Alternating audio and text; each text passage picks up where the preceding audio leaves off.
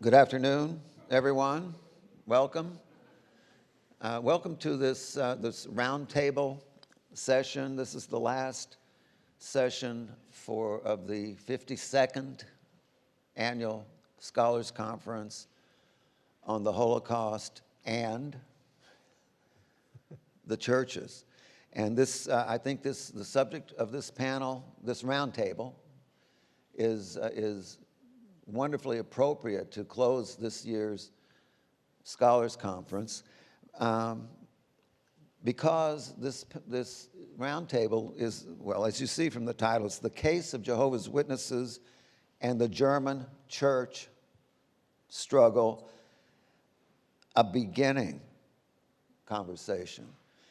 The Jehovah's Witnesses and their story and their testimony, their example, have been all too much overlooked, way overlooked, certainly in the context of the Annual Scholars Conference. They haven't been totally ignored, but way overlooked, in my view.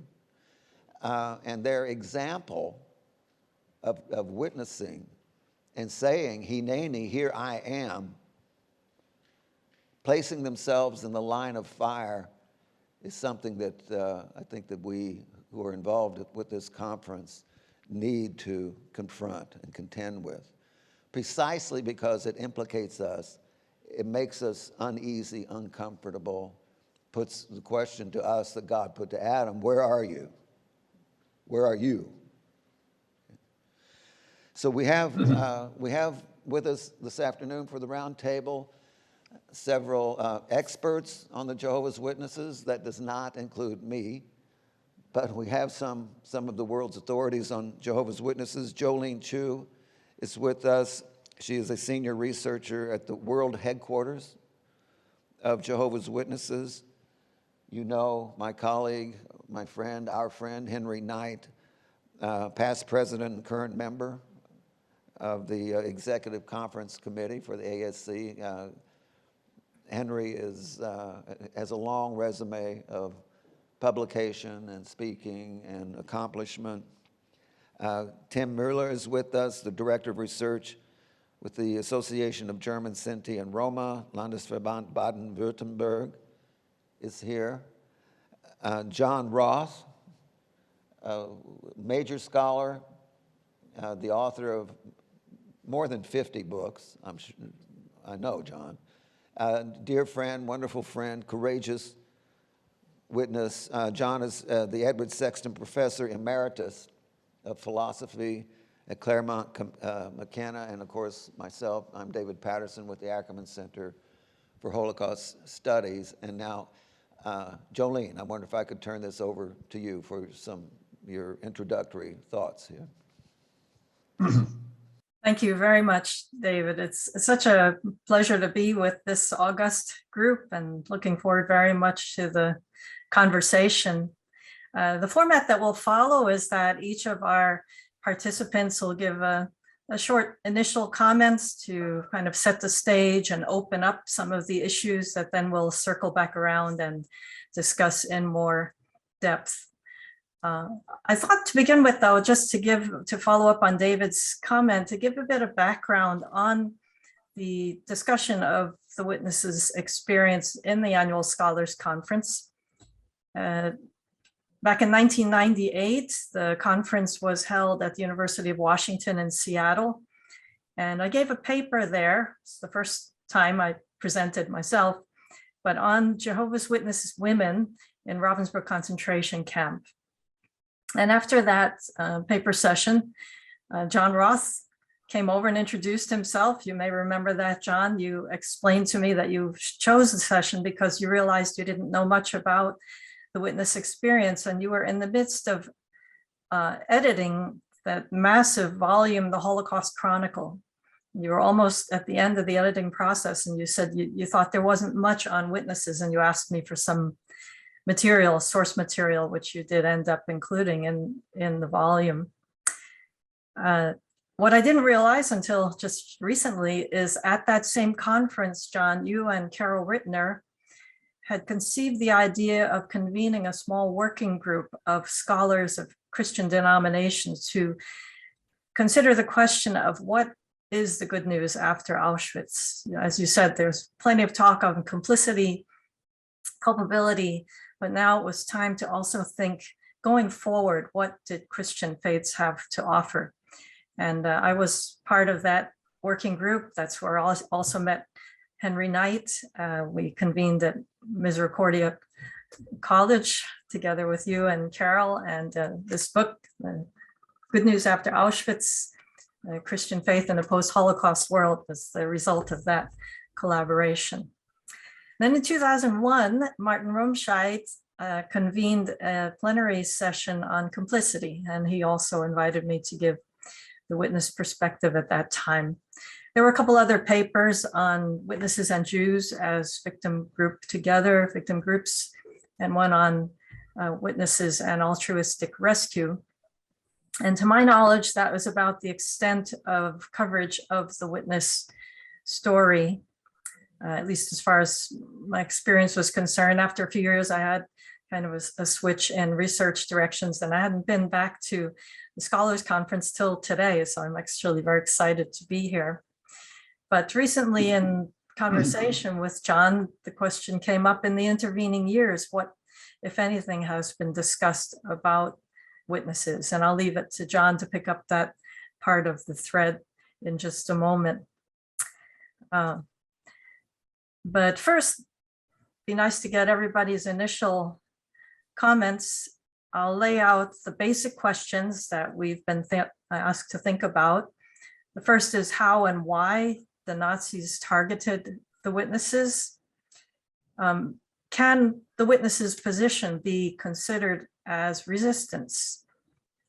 What did German church commentators say about the witness response to Nazism? How does the witness position toward Jews and Judaism compare and contrast with mainstream churches? And how did their position impact how the Nazis persecuted them? And lastly, why is this a beginning conversation? And where do we place the witnesses in the history or the context of Christian response to Nazism? And finally, what further questions could we have in future discussions? So that's basic points that we'll cover. But Henry, may we start with you, please, and hear your initial reflections? Thanks, Jolene. It's good to see you again, and John, and to meet Tim. I need to begin with a disclaimer, but the disclaimer will probably help set a little bit of the tone for the conversation. I'm not a witness, a Jehovah's Witness, and I don't have expertise about their identity or their history. But what I have learned, I find to be a source of ongoing unsettlement about my own identity as a Christian. As I've read and learned about the Jehovah's Witness activity during this time period, I'm aware that they chose to witness to their faith in the face of clear and obvious persecution. Their allegiance was to the kingdom of God, as they understood God as Jehovah, God of the Jews. God disclosed to them in the teachings of a Jewish teacher by the name of Jesus. And their allegiance was complete. It was an all-encompassing form of allegiance that meant that they would not give allegiance to the Nazi government. They would not participate in actions like giving the Nazi salute, the Hitler salute, or pledging allegiance to the Fuhrer, or cooperating with the state as it pursued war, nor serve in the military. Their allegiance was to the kingdom of God. It was not to the state. Even meaning that they were willing to undergo imprisonment and persecution, knowing that they had the choice to avoid that suffering. Now, as I think about their witness, I have to deal with my own identity as a Christian and not just simply ask, would I have been willing to do that? But I need to also be asking, why does my community, and in this case, why does my community of scholars in the annual Scholars Conference, as well as in my church tradition, not tell their story? And I have to come face to face with the understanding that their story, their witness, challenges my understanding of my own witness. Would I be willing to give it that kind of allegiance? Now, beforehand, David and I were talking, and it dawned on me that in my tradition, shared by most Christians, we pray a prayer that says, "Deliver us from evil." Well, it's not deliver us from suffering. It's deliver us from evil. And by not declaring ourselves against these sorts of regimes, we would not be delivered from evil. We would be participating in it. So I'm forced to think that one of the reasons this story isn't told is a sense of shame in what traditions like my own fail to do, not what the Jehovah's Witnesses did do. So I think I'll stop there and give my colleagues a chance to offer their observations. But I'm impressed by both the witness of the Jehovah's Witnesses and the challenges to what it means for me to be a witness to my faith, wondering, could I have been able to embody, to give incarnation to my faith in the way in which they gave incarnation to theirs.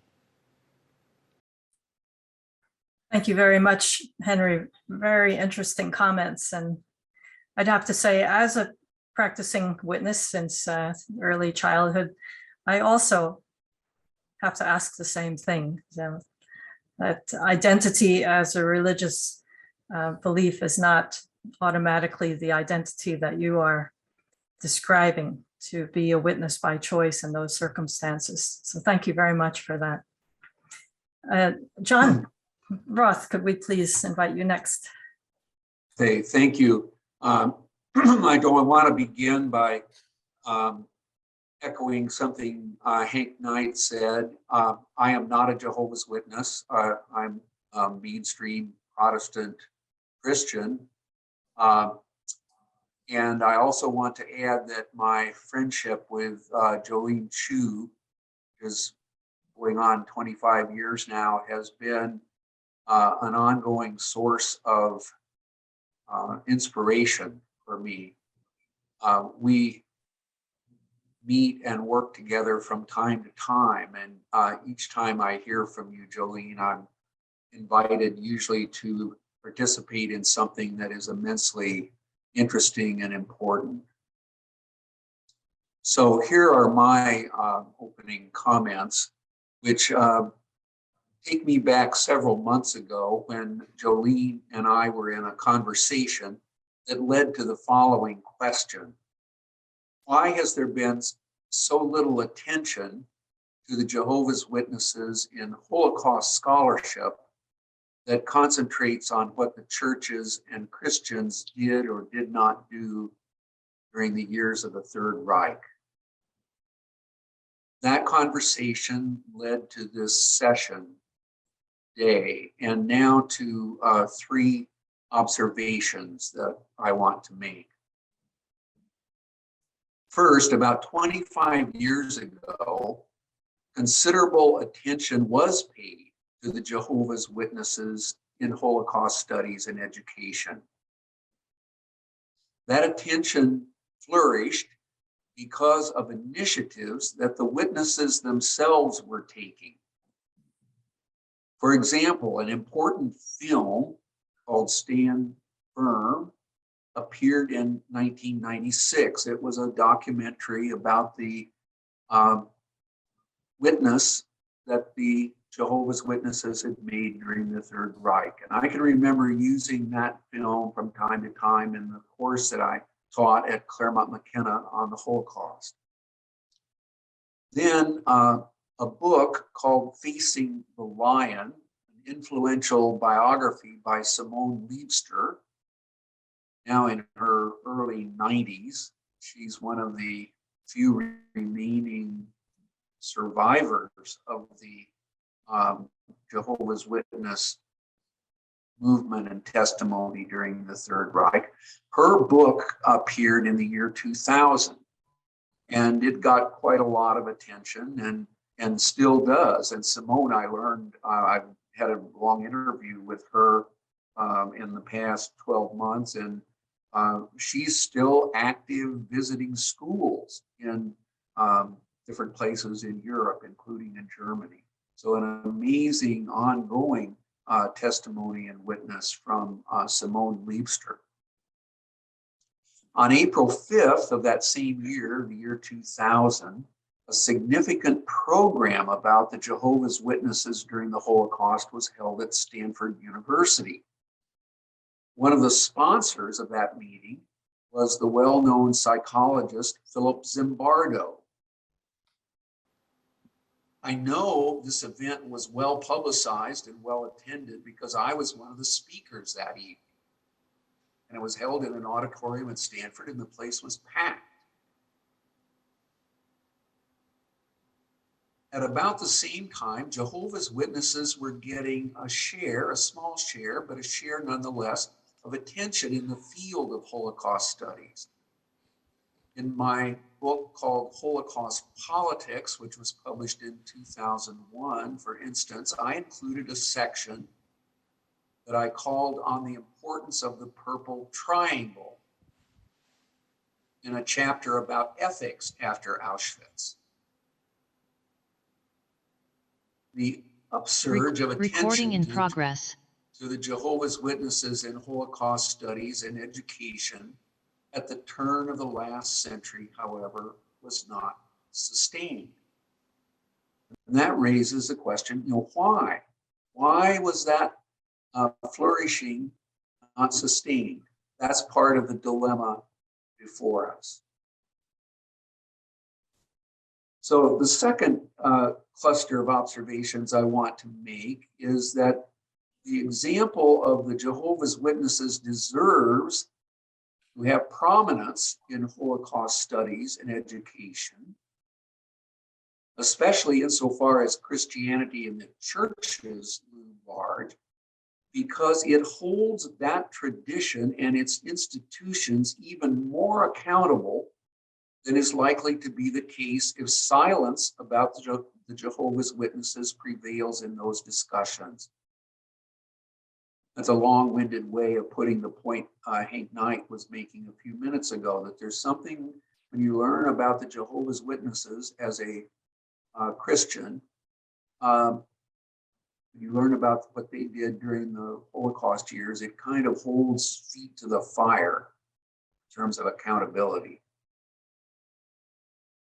So borrowing some of what I wrote in Holocaust Politics more than 20 years ago, I suggest that the moral significance of the Purple Triangle, that badge that the Nazis required the Jehovah's Witnesses to wear in the camps, the moral significance of the Purple Triangle is that it symbolizes the proposition that the highest human allegiance, our deepest loyalty, does not belong to the nation state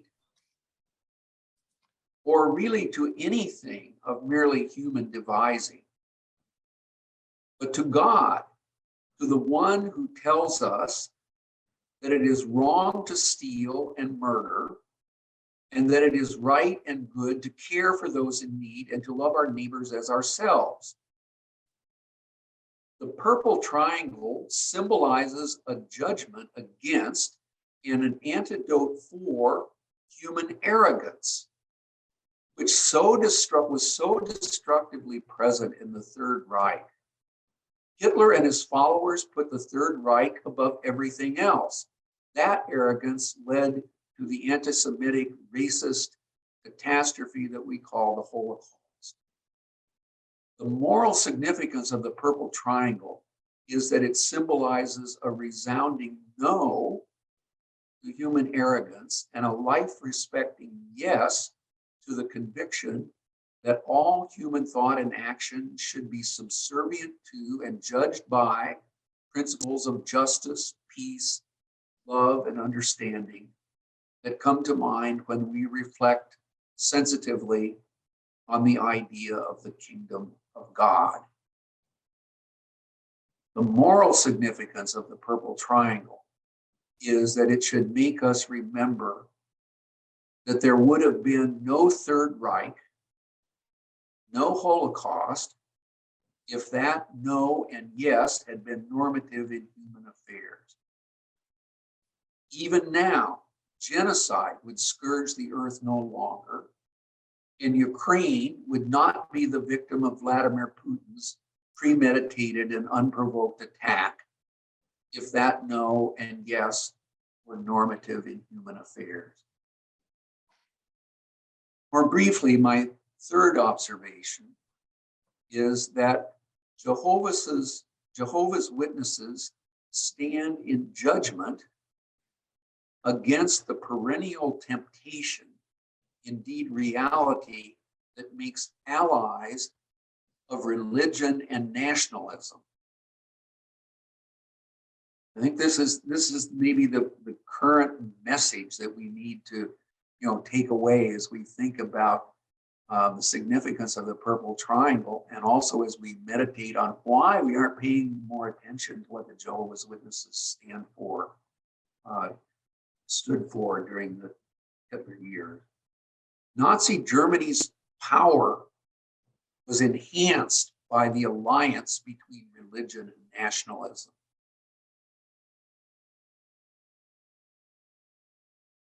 Putin benefits from the upsurge of Russian Orthodox Christianity that supports him.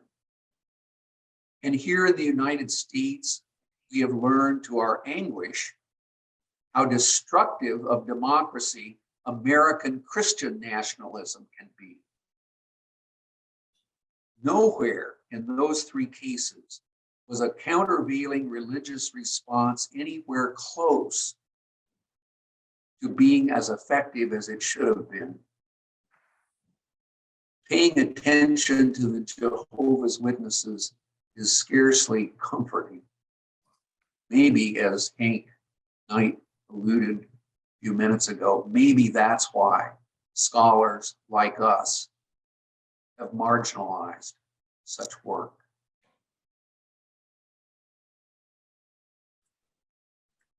Thank you, John. Also, tremendously insightful comments.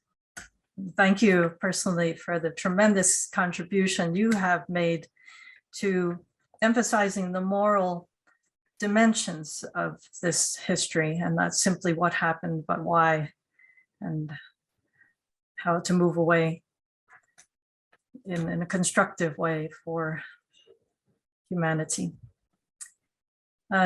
Next, we'd like to hear from Tim Mueller, an intellectual historian and a researcher with a deep background on Jehovah's Witnesses, particularly in the German context. I'm very delighted that Tim agreed to be with us because he has certainly an interesting perspective both on the scholarship on witnesses and the current social, cultural climates that also impact their consideration or lack thereof in the scholarly community. So, Tim, please. Thank you, Jolene. Thank you for organizing all this and inviting me, and also thank you for being part of this really distinguished group tonight. I appreciated very much the questions you laid out and also the comments we already heard. And you mentioned the German perspective, and I could start by saying that it's hardly imaginable that a similar discussion would take place in Germany. For several reasons, we might also go on. So we usually have more of a differentiation between the historical and the moral issues, and they get neglected, of course. And I think it's good to have this conversation at this place and to go into all these questions. And I have to say, I prepared for all the 5 main points. We have some remarks, but I thought it would be good to start very briefly by just confirming basically what John just said on that the historical significance of the Jehovah's Witnesses story is more or less identical with the moral significance of this story. I mean, it's really amazing. Once you start to look, I mean, they were a group of about 20 to 30,000. At least 14,000 were persecuted, more than 4,000 in the concentration camps, at least 1,700 killed, the many children taken away from their parents. The 282 that were killed, that were executed for conscientious objection, the largest group at all in Germany, in Nazi Germany, that were conscientious objectors for religious reasons. And they even were a main reason for implementing this fundamental right for conscientious objection in today's German constitution, in the basic law. So this is a very rich history. And when you look at this confrontation from the very beginning, it seems to me, not in the way some earlier historians like Michael Cater did this, who saw these 2 opposing ideologies. No, the way of life and the belief system of Jehovah's Witnesses was just totally opposed to what the Nazi regime and ideology demanded from all German citizens. Some may know this famous scene, September 15, 1939, before August Diekmann was killed in Sachsenhausen as the first conscientious objector. And when the commandant of the camp said, this Diekmann feels not as a citizen of the German Reich, but as a citizen of the kingdom of God. So this confirms just what John said. So recent research would say at the core of National Socialism, there is racism and there is war. And on both points, it's just that Jehovah's Witnesses, because they were Christians and they were loyal to their Christian beliefs, simply were in opposition from day one on. Hannah Arendt, in The Origins of Totalitarianism, spoke about the new commandment of Nazism, "Thou shalt kill." But Jehovah's Witnesses stuck to the old commandment, "Thou shalt not kill." The renunciation of violence, the conscientious objection, the love of neighbor, the equality of all people. Also, racial hierarchies, just not possible to imagine for the Jehovah's Witnesses, or the total politicization, the total mobilization that in a totalitarian society pervaded everyday life. I mean, just to imagine what a huge number of personal faith-based decision that this demanded from every single male or female witness of Jehovah in these days. Or imagine the ideas of not just nationalism, but this kind of Aryan Großraum, so the huge territory, so that was to be dominated by Nazi Germany, and instead opposed to this closed idea of territory. So the witnesses were without an idea of a closed territory. So they were international, even supranational, you could say, in their view.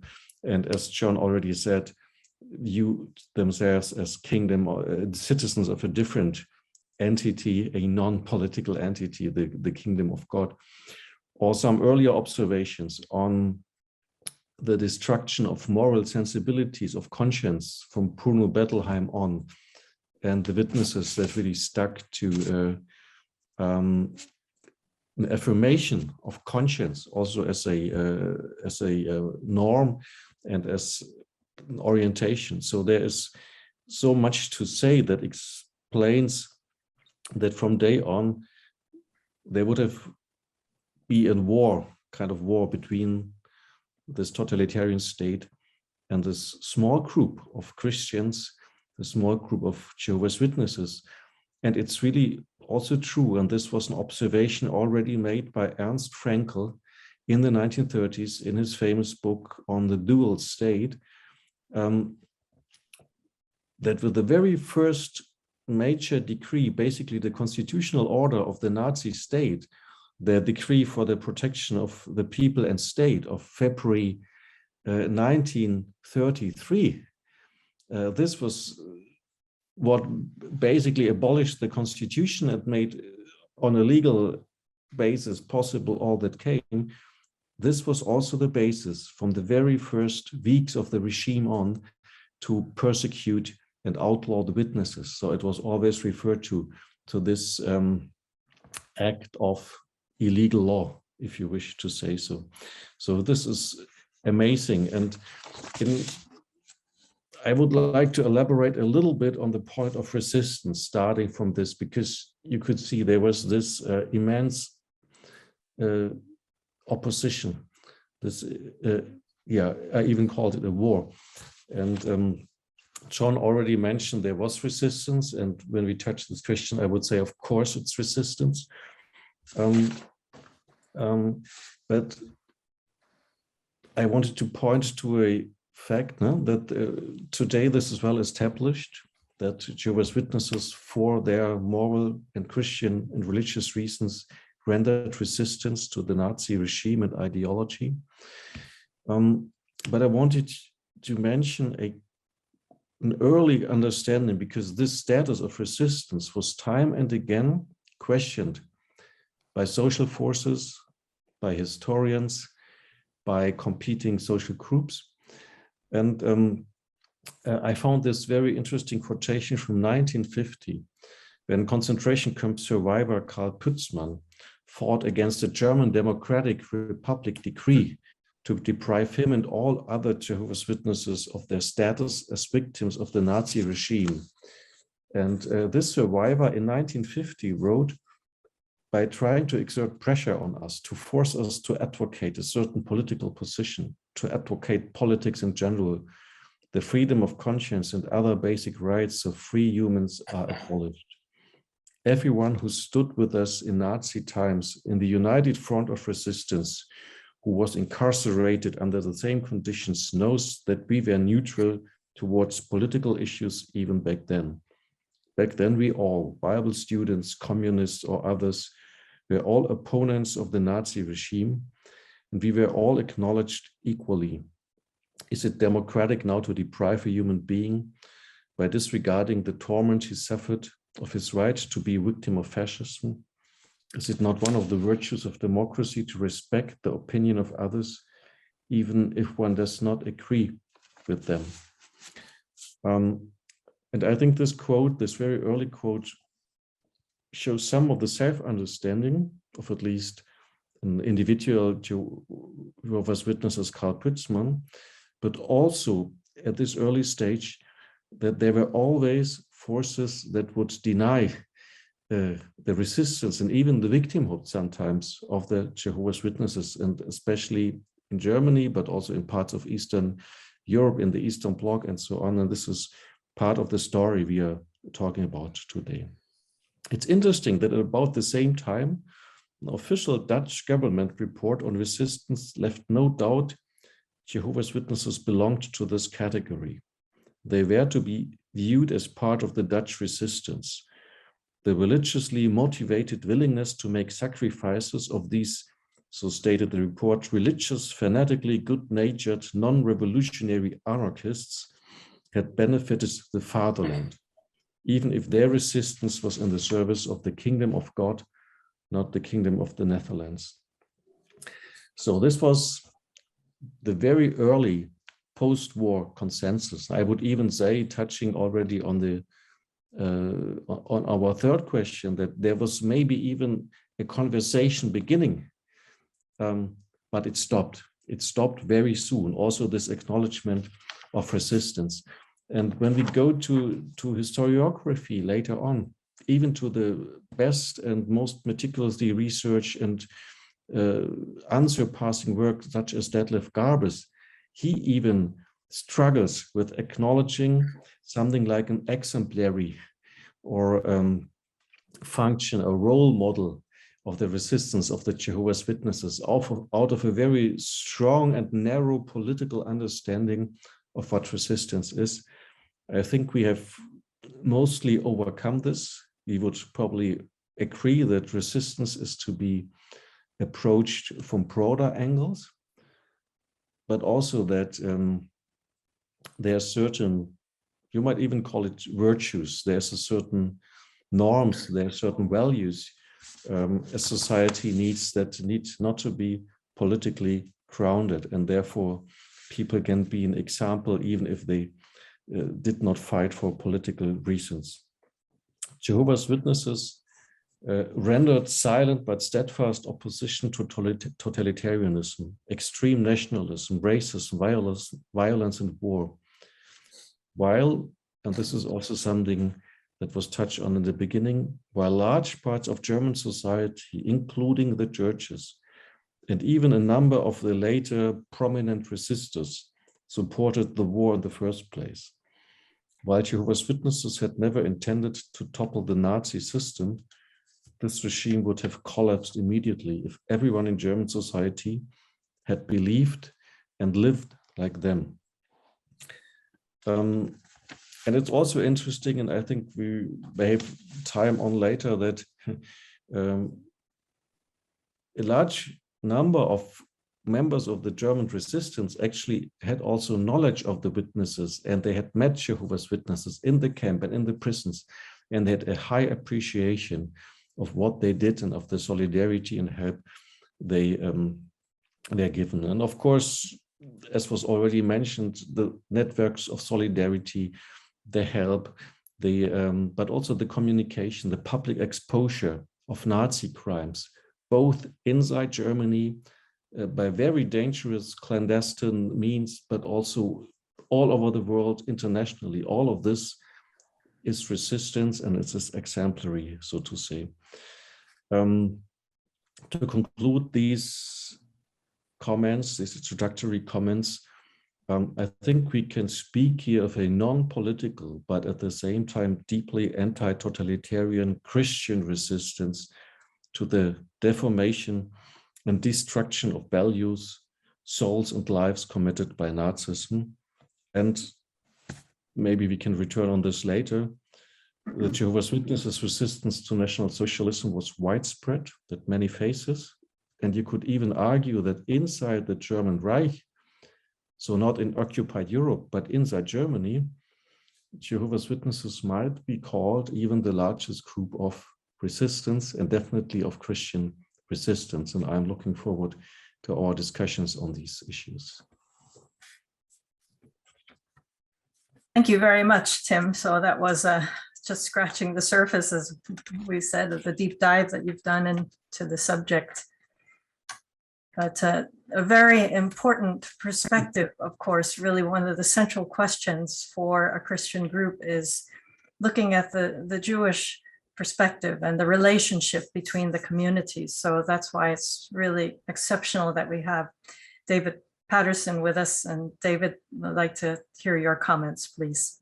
Thank you, Jolene. Thank you, John, Hank, Tim.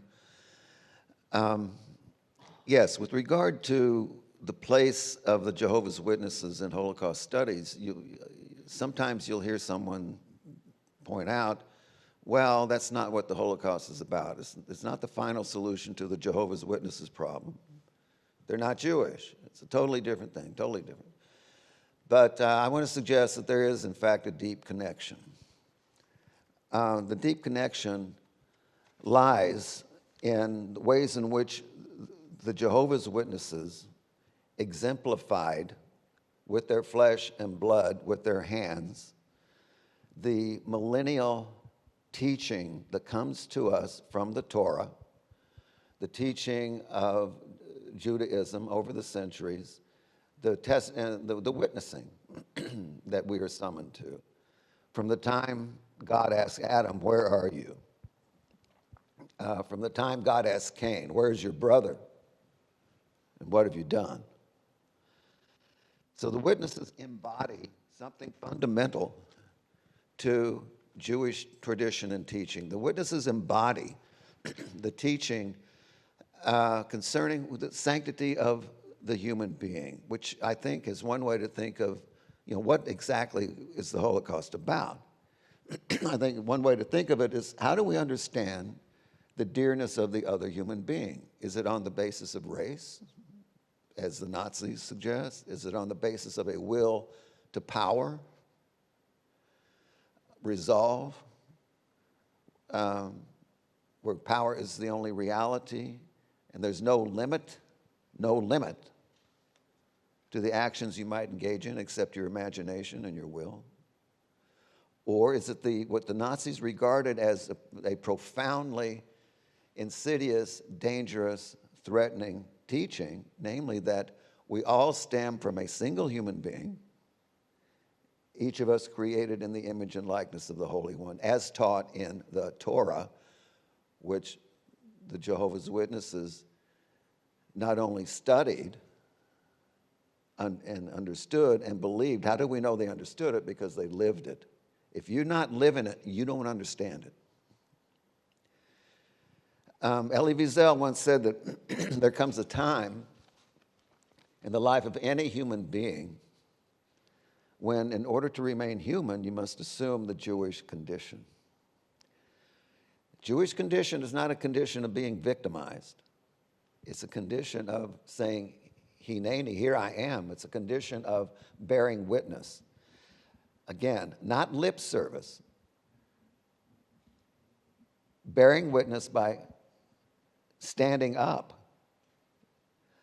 Here I am, the Hineni in the Hebrew phrase is, here I am for you. It's a movement toward the other human being. It's a movement toward God, which is the same movement. There's only one movement. The Jehovah's Witnesses understood that God's kingdom is not somewhere up in the heavens. It's something we have to draw into this realm. We're trying to get God into this realm. How?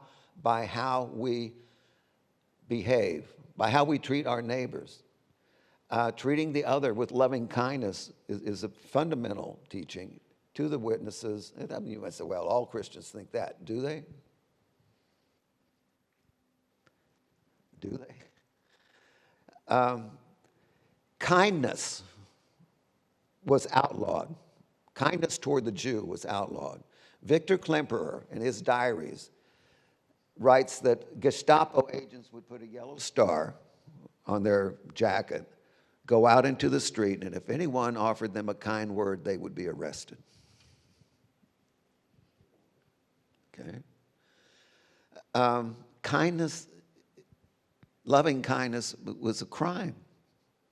And this is rooted in consistent with Nazi understanding of the human being. We have the teaching, everybody knows the teaching, love your neighbor as yourself, in Hebrew. But the kamocha, as yourself, in Hebrew, means that is what you are. It doesn't mean I know how much you love yourself and that's how much you got to love your neighbor.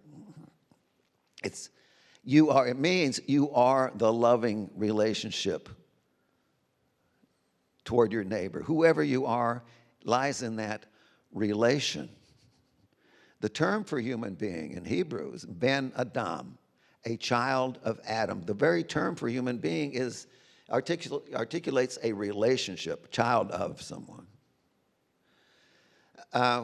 And it's also worth noting in the Hebrew phrase, la re'echa, loving your neighbor. In Hebrew, neighbor is not the object of the verb, it's an object of a preposition. which means act in a loving manner toward your neighbor, which the Jehovah's Witnesses did. It's a matter of acting, not feeling. Love is not a feeling, love is an action. Faith is not about believing, faith is about living and doing, as the witnesses attest to. Treat your neighbor, your other human being, with loving kindness, whether you feel, especially if you don't feel like it. How's that? The other commandment, the commandment that has the same phrasing, V'ahavta l'ger kamocha, and you shall love the stranger as yourself. Same wording, except stranger instead of neighbor. And the commandment to love the stranger appears most frequently in the Torah. It's the one that's most often repeated. It's repeated 36 times. Perhaps because it's most unnatural. I mean, I love my neighbor. He's my buddy. We hang out together. But the stranger. So the witnesses demonstrate the love for the stranger, maybe in Christian terms, the love of the enemy. That's perhaps another topic. But they have a lot to do with the Jews, inasmuch as they embody what is foundational to the millennial teaching and testimony that the Jews represent by their very presence in the world, and that the Nazis are targeting for annihilation. They take the Torah seriously. They engage the Torah in a serious way. The Hebrew scriptures, as some of you may know, the Nazis burned Bibles written in Hebrew. They didn't burn the translations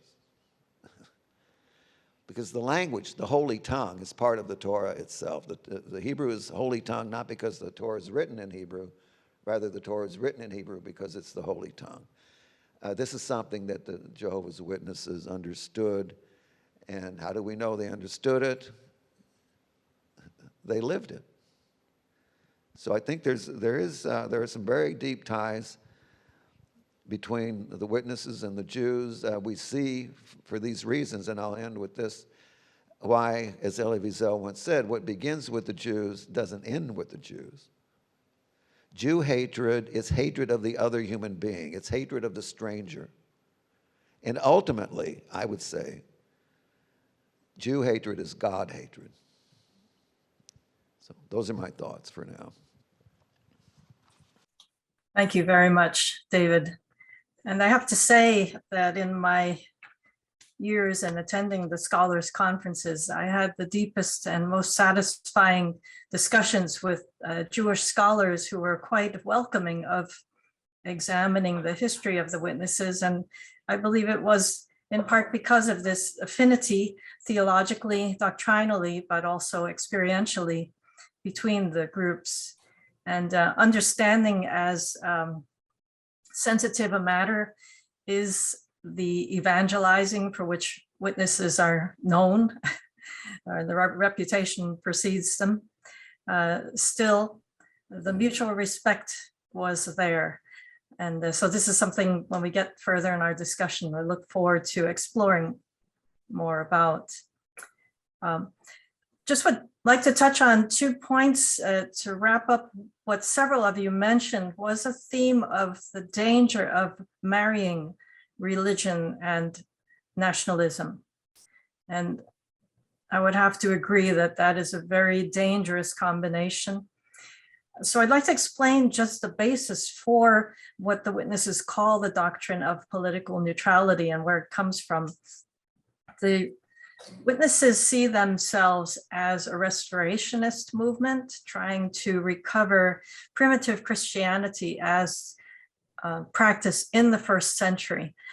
Looking at the prophecies in the writings of Paul and Peter that an apostasy would ensue soon after the death of the apostles. Witnesses look at history and see by the 2nd and 3rd century evidence of that. Number one, the Trinity doctrine, which elevated Jesus to a deity, to God himself. And then also, especially in the 3rd and 4th century, the marriage of Christianity and Rome. I know in some of your writings and lectures, David, you've mentioned this was the most dangerous turn for anti-Semitism. And the witnesses would say it was the most dangerous turn for original Christianity as well, with Constantine, and then when Theodosius elevated Christianity to the state religion. And therefore, when witnesses would see this marriage alliance between political powers and religion, they would immediately cry foul because of this corruption of the message. And this is why they were attempting to be, and still today are, fastidiously apolitical, neutral. I realize in the context of the Holocaust, neutral is a problematic term, because that was often the word used when as a euphemism for inaction. But as we go into our discussion, which may in some sense complicate or problematize the things that we've mentioned to begin with, we'll see what witnesses, how they interpreted their human duties while trying to maintain this neutral position. And just one other quick definitional explanation, and that is the kingdom, which we've mentioned. To the witnesses, the kingdom is a literal government in heaven, administrated by the Messiah or Christ. And witnesses even now consider themselves citizens, as August Dickman did, citizens or subjects of that kingdom. And this gives them a clarity when it comes to the clash of wherever secular law or demands does not align with divine law. We know in Romans chapter 13, Christians are told to respect superior authorities. There's this matter of relative subjection, and the state authorities being a sort of arm of the Lord in the sense that they administer justice. However, it was clear to the witnesses that if there was a conflict, that clearly divine law should prevail. And these are perhaps basic concepts to other Christian traditions, and that's where finally I'd like to make a comment about religious identity. Because we all have many identities. We have familial identities, and perhaps political, our professional identity, and religious identity. And perhaps the witness response comes down to the fact that they foregrounded and privileged clearly their religious identity above all other, and did not allow it to be overridden by cultural or national, political, or even existential considerations. So those are a few thoughts. Now we have about 45 minutes to go into our questions, but I would just like to diverge, if I may, for one brief moment and share my screen to tell you about a late breaking news. This is from today, actually. The Getter Fighters House Museum in Northern Israel today. There was an opening ceremony for this exhibition. The title of it, We Don't Do That, is drawn from the Günter Grass memoir, Peeling the Onion. He was a young man in the Reich Labor Service and met one of Jehovah's Witnesses, who was a young man. He said was a prototype Aryan, except that he wouldn't hold a gun. And whenever they tried to put it in his hand, he let it drop and simply said, we don't do that. So the cadets nicknamed him, We Don't Do That. He eventually was taken to a concentration camp, which you see here in the Humanistic Center, which is adjacent to the main museum. It is a center that specializes in non-Jewish victims. And so they have just opened this exhibition today. It's in Arabic, Hebrew, and English. And this is Yara Gaylor, the curator who our team worked with, and also Yaron Zur, who was the pedagogical director of the museum. So concurrent with our discussion, some very interesting developments in Israel. All right then, so Very well. We have not enough time, but I'm afraid I'm going to be a little bit disciplinarian and trying to move us along so we can at least touch on these 5 questions. And I'm going to break my own rule and just take a bit of time with each of the sections to share with you some comments by various scholars on the subject as grist for our conversational mill. So much of the experience of the witnesses looks very familiar to Holocaust scholars. The burning of the books, in this case, it was witness books confiscated from their office. Here we have witnesses being marched through the streets because they did not participate in various mandatory votes, elections. And here, an example of the very many references in Watchtower or Jehovah's Witnesses publications of the time, talking not only about the plight of witnesses, but as we'll talk about a little later, also highly publicizing in detail what was happening to the Jews at the time. So Michael Berenbaum has said, alone of all the groups targeted by the Nazis, Jehovah's Witnesses were victimized because of what they refused to do. Their dissent was irksome, disciplined, and systematic. Christine King, who did her doctoral dissertation on 5 minority groups, including witnesses, said that their resistance continued and an obstinate refusal to bow the knee, whatever the personal cost, was something the system could neither understand nor tolerate.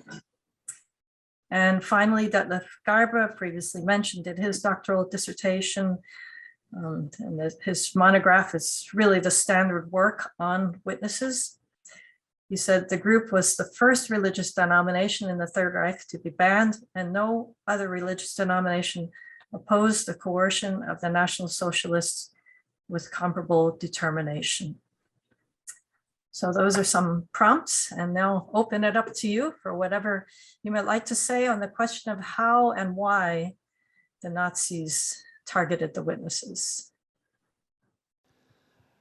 Just one brief comment that Michael Berenbaum actually points out with regard to what they refused to do. They refused to say Heil Hitler. And you might think, well, it's only words. I mean, say it and you can go home, right? But this is also in keeping with a Jewish teaching and tradition that the witnesses either intuit or inherit, namely that words create and destroy worlds. Words create angels that go out into the world and do their work.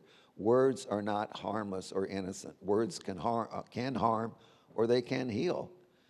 And the fact that they would refuse to utter these 2 words tells you that they had a very profound understanding of the word and the power of the word, the meaning of the word. Jolene, I might chime in with something here that dawned on me as I was doing my research about the Jehovah's Witnesses 20-some years ago. Question that kept coming up for me was, why were the Nazis, why did they bother with the Jehovah's Witnesses? There weren't that many of them. They were, a small group. Why not just leave them alone? And then I realized on second thought that no, in spite of the fact that there are some documents from early in the Nazi regime where Jehovah's Witnesses are saying to the Nazi authorities, hey, we're not political, we're not trying to overthrow your regime. There's a sense in which, ironically, the Nazis understood the Jehovah's Witnesses maybe better than the Jehovah's Witnesses understood themselves in that context. Because I think the reason the Nazis were concerned, deeply concerned about the Jehovah's Witnesses, was that the Nazi regime understood that if for some reason the outlook of the Jehovah's Witnesses, as we would say today, went viral, the jig would be up. So as one of the comments that you put on the screen a moment ago said, the Nazis could not tolerate Jehovah's Witnesses. They had to be dealt with. But here's a further irony that goes to the point about, well, how did they treat them? And it goes to a point David made earlier that, sometimes people would say, well, why bother with the Jehovah's Witnesses? They weren't the Jews. They weren't annihilated. The truth is that for the Nazis, a Jehovah's Witnesses was worth more alive than dead, provided that you could get the Jehovah's Witness to recant, to give up their faith, to put in writing with a signature a disclaimer of their faith. And the Nazis tried hard to get Jehovah's Witnesses to do that. And the depth of the testimony of the witnesses is that the Nazis did not succeed in getting the Jehovah's Witnesses to recant. And there was a reward for doing that, which was you were released from a concentration camp, or you could go about your life and not be bothered further. So there are all sorts of interesting ironies that are attached to this history, at least in my mind. If there's any graduate student in the audience who hasn't hit on a dissertation topic yet, I have a great one to suggest. Somebody needs to do what has not been done to my knowledge, and that is a study of the relationship between the confessing church in Germany, the Bonhoeffer wing of German Christianity, and the Jehovah's Witnesses.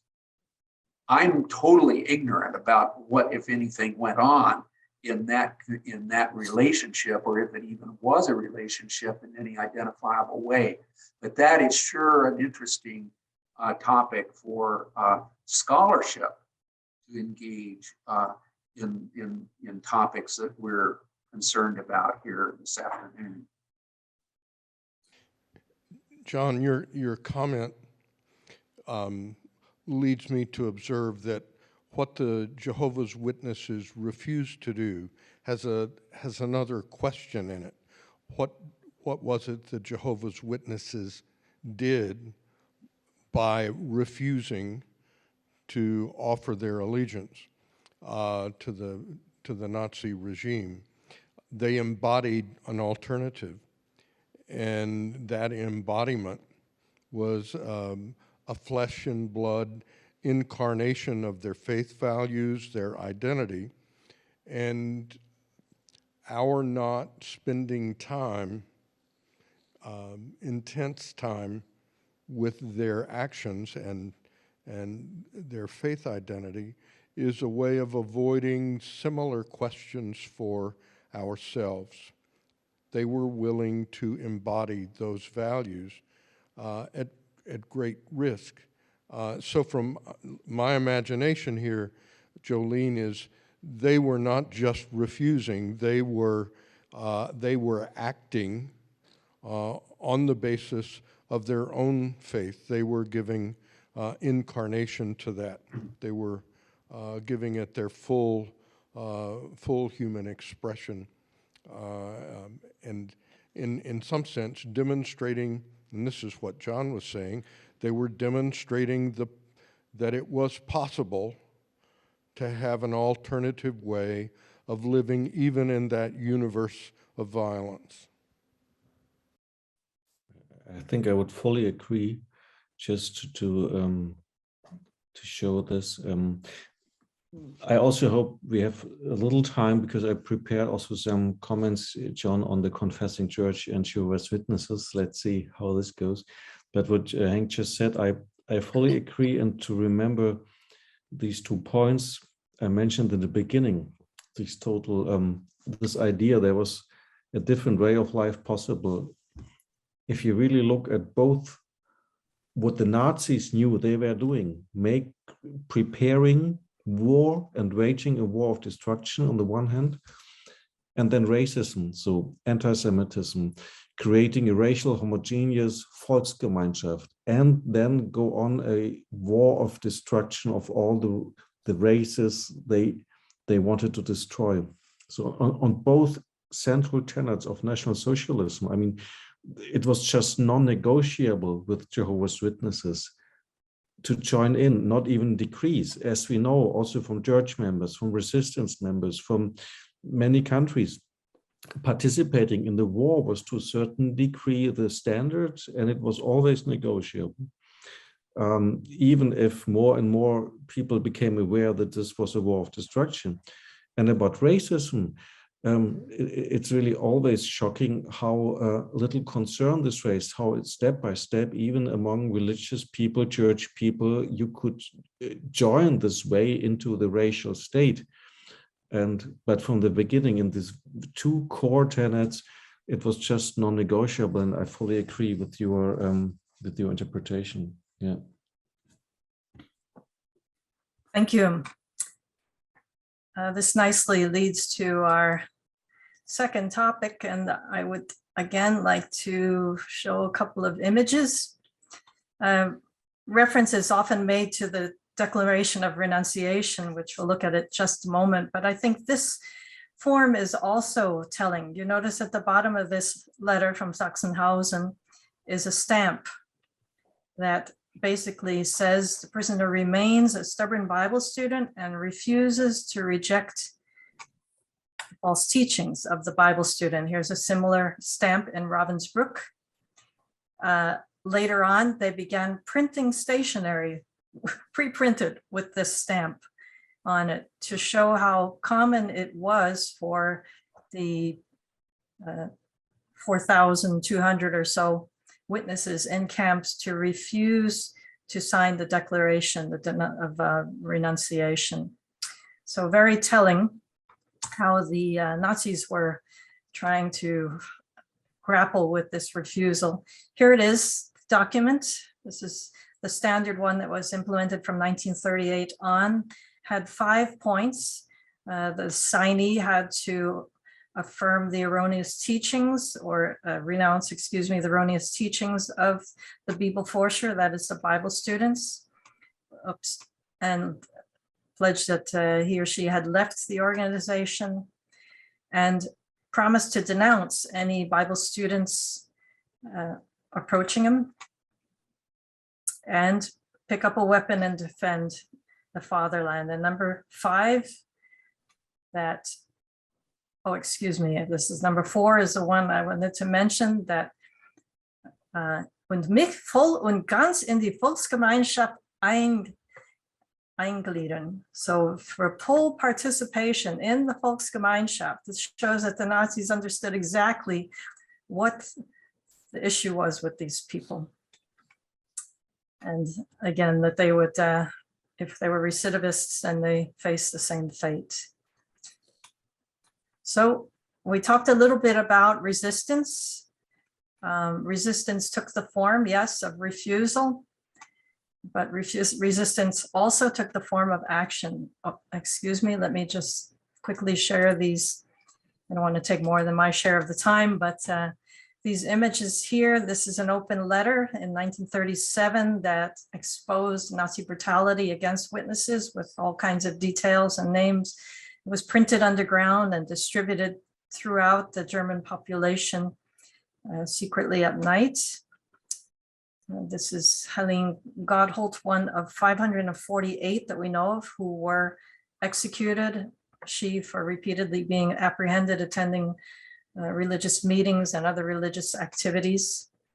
And Julius Engelhardt, who was part of the underground printing, who was also beheaded. And as Tim mentioned, the first conscientious objector to the war, reported on by the New York Times, was executed in Sachsenhausen on orders of Heinrich Himmler himself. So, what is resistance? Maybe Tim, you brought up the thought about resistance being defined narrowly in a political sense, seeking to overturn the regime or some connected efforts. I would suspect, David, that in the field of Holocaust studies, David and Hank and John, that resistance has a much broader meaning. I don't know if anyone of you would like to comment on that and where the witness model fits in with that concept. Yes, absolutely. Resistance covers a range of actions and attitudes. I mean, not everyone can take up arms. Most who engaged in armed resistance, I'm thinking of ghetto uprisings, were between the ages of 15 and 25 with no parents, no children, nothing to lose, knowing that in all likelihood they would not survive their act of resistance. But you also have many cases of, in the ghettos, resistance taking the form of having schools. Jews were forbidden to learn, and yet they secretly gathered to learn. They were forbidden to pray. Prayer was labeled an act of sedition. Prayer, is an act of sedition. Okay? It undermines the ruling authority, and yet, of course, there were many prayer gatherings, many minions in the ghettos. So, laying tefillin. Elie Wiesel tells the story of how in the camp in Auschwitz, somebody managed to get a set of tefillin, the leather straps that men wrap around their arms and around their heads when they pray. And as he tells the story, they lined up to take turns putting on tefillin. There's Philipp Mueller relates that in the crematoria on the Sonderkommando, there was a Jew who had no tefillin, but he mimed wrapping tefillin and praying. So what does resistance mean? Again, it goes to the fundamental issue of what it means to be a human being. The resistors are resisting a radical dehumanization, a radical assault on the soul. They're not just resisting pressure to sign a document. It's not just that. It may take that form, but it's not just that. It's the life of the soul is at stake here. It's the life of the soul. It's becoming and insisting on being a human being created in the image and likeness of the Holy One, in spite of everything around you that is undermining that insistence, that testimony. Thank you very much. I want to chime in here, Jolene, because I think that the testimony of the witnesses raises profound questions in the area of resistance. I will put forth the proposition that the kind of resistance that the Jehovah's Witnesses embodied, if it had come early enough, could have stopped Nazism. Yeah, I agree. But after war broke out and after the final solution was underway, I think it took another form of resistance to stop Hitler. Yeah. Just as unfortunately right now, as we anguish over the photographs and news that we're getting out of Ukraine, it seems unlikely that a pacifist position, a nonviolent resistance, will do anything to stop Putin. So I think the challenge of the witnesses is, in particular, about the kinds and types and times of resistance to tyranny, to oppression, to persecution. And I think we ought to, talk about that and face that as one of the reasons why more of us are not Jehovah's Witnesses. As much as we admire the testimony and the form of resistance that they took. Thank you. That actually parallels something Michael Berenbaum said, one of the quotes. He talked about witnesses who were used as barbers because they could be trusted with a cutthroat razor when shaving the SS. And he said he has great respect for that religious integrity. He says, even where I cannot commend such pacifism, especially under such circumstances, my sense of morality would require different behavior. So understandable. I think this is the deep kind of existential challenge. No one, put it this way, I would never say that I thought the resistance that the Jehovah's Witnesses displayed during Nazi times was anything but admirable and commendable.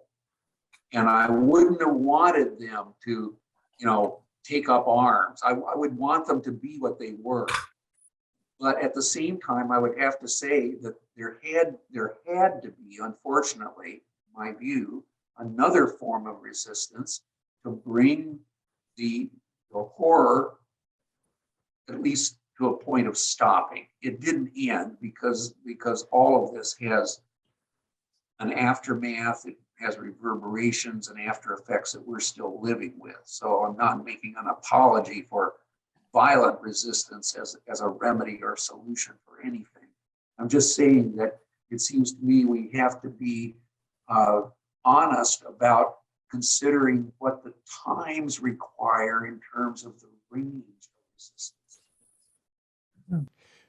John, can I ask you for a little more, to dig a little bit on this? For example, as I listen to your raising your question, I'm thinking about the ways in which the Jehovah's Witnesses witness is really a question about who am I, as well as who are they, and you're raising the question about, do we need to be asking those sorts of questions?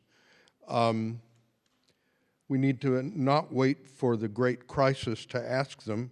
We need to ask them sooner, and that we're in another situation where we're being asked, who are we in relationship to unfolding events? And the integrity of the witnesses asks us to look in the mirror and ask those kinds of questions and not wait, but to do it before it's too late. Is that where you were with that? I think so. That's you put it better than I did. Keeping in mind, I think the kind of ongoing thread in our discussion here is that there's always a toxic brew that is not going to have good outcomes when nationalism and religion become too allied with one another. I just would like to confirm this point, and also what the point John made before, that really this regime would have collapsed if everyone had lived like them. But we could even say the regime could not have been erected at all. It could not have been started at all. And to add some evidence, so even in the late 1920s, the Jehovah's Witnesses or the Bible students would already expose the dangers of National Socialism, and they single out 2 points, and they refer to our discussion. One was the political religion. They even called something like a fetishistic political religion, so this secularization of politics. And the second point, they call the racial bigotry, so the anti-Semitism, the hatred of all the Jewish traditions inside Christianity and so on. And so this just gives further evidence to this point, because any decent moral judgment must ask the question, what would have happened if everyone acted accordingly? And we could say then Nazism just would not have come into power. Thank you. Friends, we must move on. I think we'll just briefly take a look at the quotations here of two noted German church leaders. One is Martin Niemöller, who spoke about, as you're saying, this his angst at the fact that Christian churches had blessed wars, blessed weapons, and prayed in a very unchristian way for the destruction of their neighbors, their enemies at war.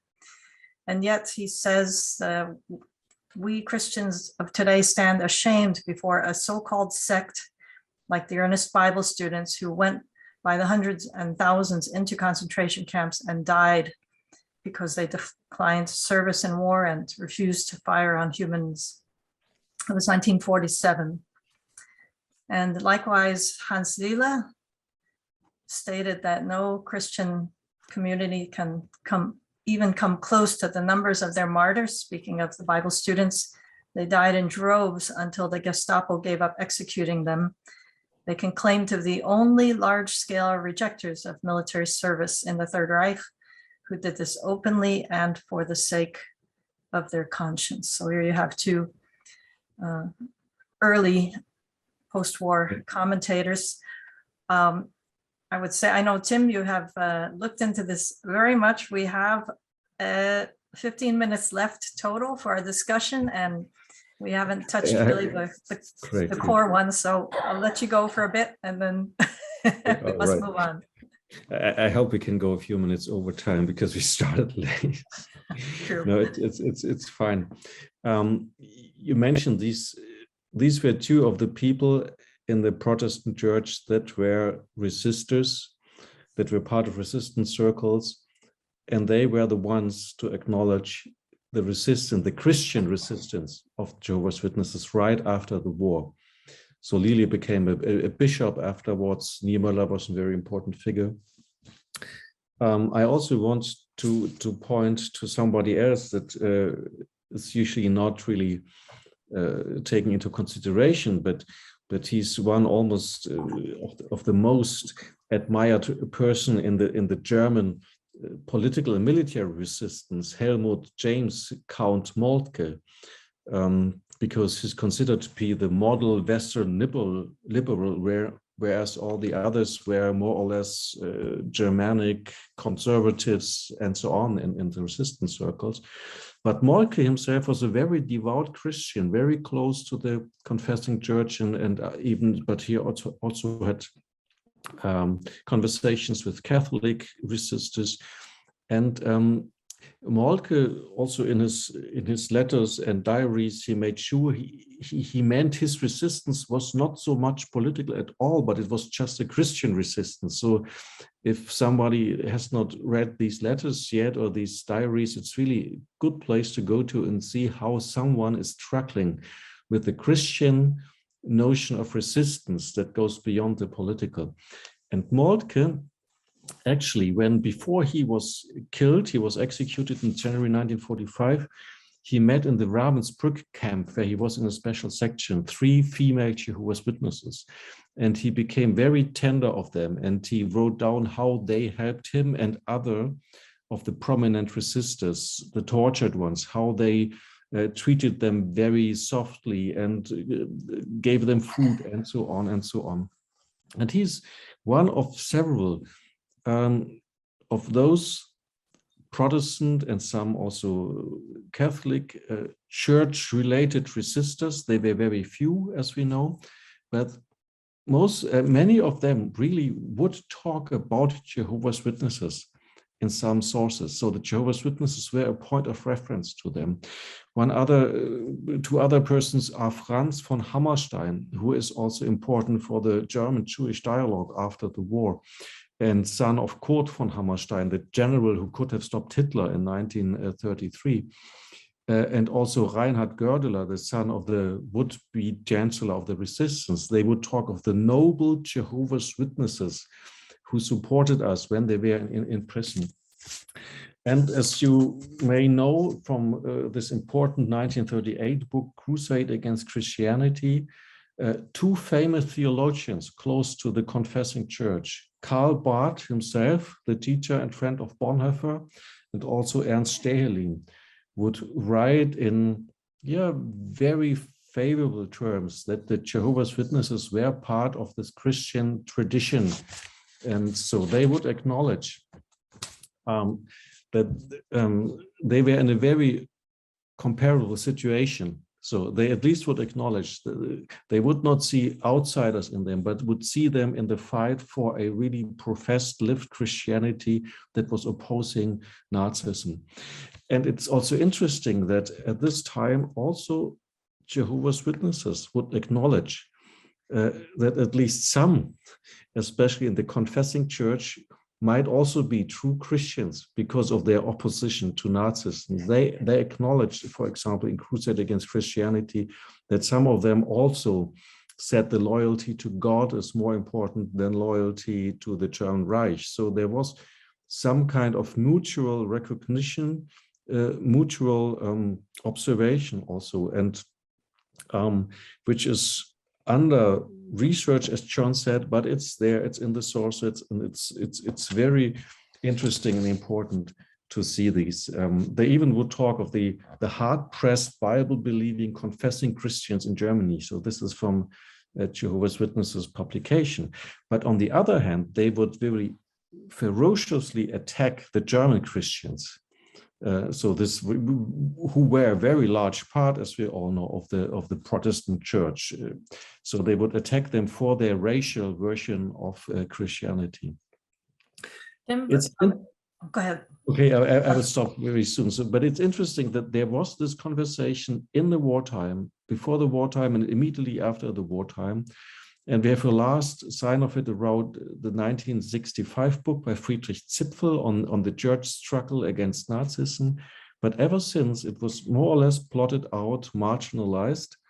And nowadays, so I would say very briefly that the historiography of the church struggle has also become a very much church-influenced historiography in a way. And not necessarily the academic research, but the more popular versions. And nowadays you have textbooks, commented sources, edited by influential people from the churches or from academia close to the churches that would not even make mention of Jehovah's Witnesses when it comes to Christian resistance to National Socialism. So I would say there was the beginning of a conversation, and then it was kind of shut out it was totally marginalized in the discussion about Christian resistance. Thank you, and that's what I was going to ask you. I want to just ask if you can elaborate a little bit. Tim, why the marginalization? Do you have any insights about that?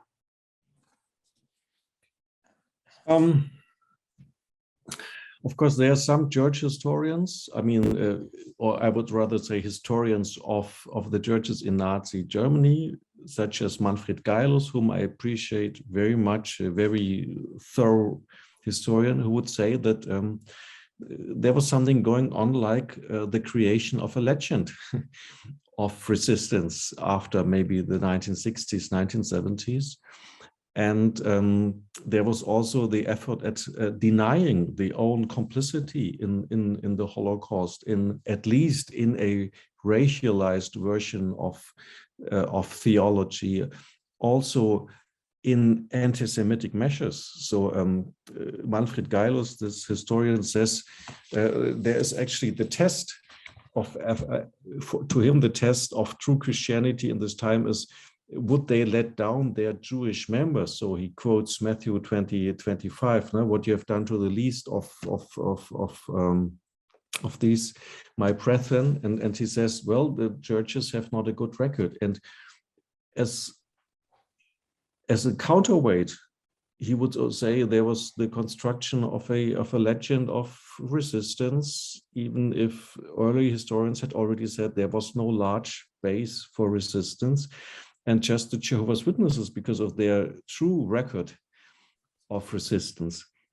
And the few people, the few resistors who had acknowledged the Jehovah's Witnesses had not could not find a place in this legend. I mean, I'm kind of being polemical here, but it's if you put it very briefly, it would be this: in the legend there was no place for the witnesses, but because they would have refuted the legend by their very existence. Thank you, Tim. And I think this is a conversation. This is a part of the conversation that needs to continue. I don't know, David, you're the head here. I don't know how much more time you feel we can take for. I think we can take from now, maybe 10 minutes.